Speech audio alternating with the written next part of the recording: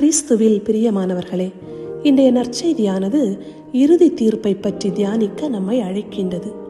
அதிவேகமாக கடந்து செல்லும் நமது வாழ்க்கை பயணத்தில் இறுதி தீர்ப்பு என்ற மிக முக்கியமான தருணத்தை நாம் மறந்து விடுவது எளிதாக இருக்கின்றது. கடவுள் அன்பும் கருணையும் கொண்டவர் என்பதால் நமக்கு சொர்க்கம் உறுதி செய்யப்பட்டுள்ளது என்று நாம் கருதலாம். மிகவும் பொல்லாத ஆன்மாக்கள் மட்டுமே தொலைந்து போகும் என்று நாம் நம்பலாம். ஆனால் தங்களை சுற்றியுள்ள ஏழைகளில் இயேசுவை அடையாளம் கண்டு அவரை அன்பு செய்ய தவறியவர்களுக்கு கடுமையான தீர்ப்பு நிச்சயம் என்பதை இயேசு தெளிவுபடுத்துகின்றார். நமது இறுதி தீர்ப்பானது நாம் பிறரை, குறிப்பாக துன்பப்படுபவர்களை எப்படி நடத்துகிறோம் என்பதில் தான் இருக்கின்றது.